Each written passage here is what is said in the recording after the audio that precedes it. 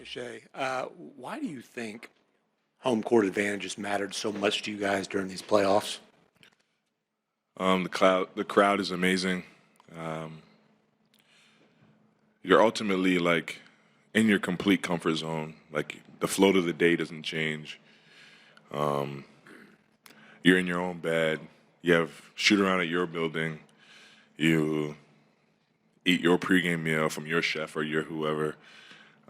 So it's just like it's very comfortable. The whole flow to the day, and then the crowds behind you, they give you energy, whether you're up or down or whatever's going on in the night. So it's it's an advantage. It's fun for sure. Joel on the right. Joel Lorenzi with the Oklahoma. Shai, I know this thing is sort of arbitrary, but people's definition of, adversity or their barometer for it has been, having to lose over and over in the playoffs. I mean, Boston is probably a prime example of how often they went so close to the finals and lost. I wonder how you view your team's adversity and, comparatively, why you think the adversity you've been through is maybe enough to get over the hump. Yeah, I try not to compare as much as I can.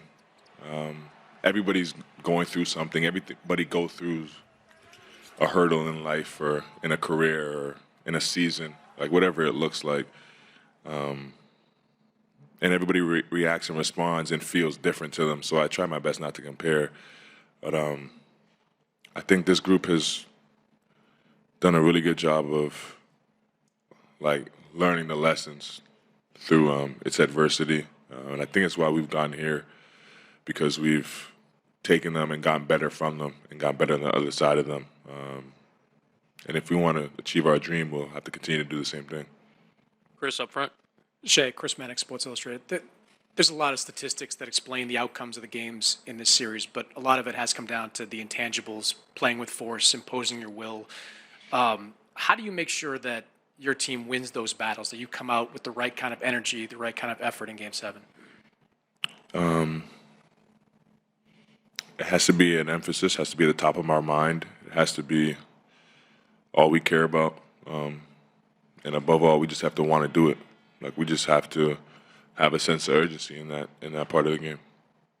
Jenny? Shai, Jenny Carlson with the Oklahoman. You clearly have a great perspective on history of basketball in the league and just things that you've said over time. There's not been many Game 7s in the NBA Finals. I'm wondering, as you approach that, what that means for you personally to find yourself in a Game 7 in the Finals. It's a really good opportunity, like really exciting opportunity, like a dream come true. Like above all, I try to look at it as like a blessing and an opportunity,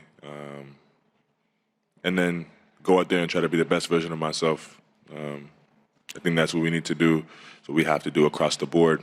Don't try to do anything spectacular. Don't try to do anything that you haven't done before, or be less than what you've been. Just be who you are and what got you here. Second row on the right. Shai, Myron Patton, OKC Sports Radio. Game 7, everybody knows for the NBA championship, that's what that moment's about. You grew up watching basketball. But you guys have also had this moment, this deal about the next game, 0-0. How do you not let the moment overwhelm you, but at the same time kind of having that neutral that you guys have talked about all season? How do you balance both of those? Yeah, I think through our experiences throughout the whole season and in the postseason, no matter how big the moment or the game, it always comes down to the same things. When we go back and watch film or we go back and look at the numbers from the game, it always goes back to the things that we know we can control every night. And when we do those things, we look like a pretty good team. And when we don't do those things, we look like a bad team. And I think learning that and understanding that throughout the season and the postseason is going to help us tomorrow. Over here on the left. Guilherme Giovannoni from ESPN Brazil. Coach Mark Daigneault said that the offense has been inconsistently, not moving the ball well. Do you think that's a thing that you guys can improve to win the Game 7? Yeah, we have to. We have to improve on both ends of the floor if we want to win tomorrow. But yeah, we obviously have to get better offensively. Last game clearly was not good enough and not going to cut it, and we know that. And yeah, we watch film for those type of things. You have games like that now. It sucks to have it at that stage, obviously, but yeah, we know we have to be better for sure. Standing on the right. Shai, Minor Castillo desde la cancha. Everybody knows what you're going to do. Take a couple of dribbles, create space, and take the meeting. Why they can't stop you? The Indiana Pacers can't stop you to do that. I work really hard. I use all my games and all my experiences to get better throughout the season. And I've developed, I guess, a skill set that works for me, and I try to go out there and do it every night. Vince on the right. Shai, Vince Goodwill, Yahoo Sports. There's been a lot of emotional momentum swings throughout the course of this series on both ends, with Game 7 being the highest of the high. How do you keep the team's emotions from not spilling over from maybe those swings not being so, vast?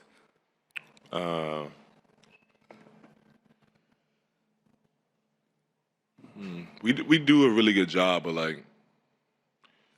like plugging out of our emotions and viewing the game and the opportunity the right way.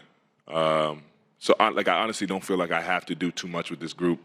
They do a really good job of putting the team first above their individual emotions or goals or whatever it may be, and getting done what needs to get done. I think that's why we've gotten here. So I don't think I have to do anything special because of the stage. We just have to be who we've been all year and use the muscles that we've trained all year.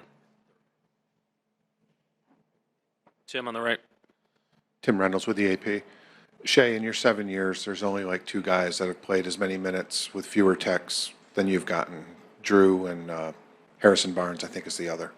Have you always been that way? Like you just don't go over the line. Have you always been that way, or was that a lesson you had to learn to not go too far? Yeah, I was hot-headed as a kid. And then as I've grown, I've just understood that getting too high or getting too low, especially in competition, doesn't really help me for sure. So I try to be as even-keeled as possible. And the way I see it, Texas points, and I don't ever want to give the team points because I can't control my emotions. So I just control them. It's that simple to me. Yep. Dustin, last one here on the left. Shai, Dustin DePirac, Indianapolis Star. I know you've been asked about this matchup a few times in this series, but just what has it been like going up against somebody that you know as well as you do in Andrew Nembhard, and what have you sort of learned about him as a defender over the course of this that you didn't know already from all the times that you had played against him? Yeah, it's been really fun. I haven't learned anything new. I've known how good of a player he was, a defender he was, playing with him for all these years. And tomorrow should be even more fun for sure. Thank you, Shai.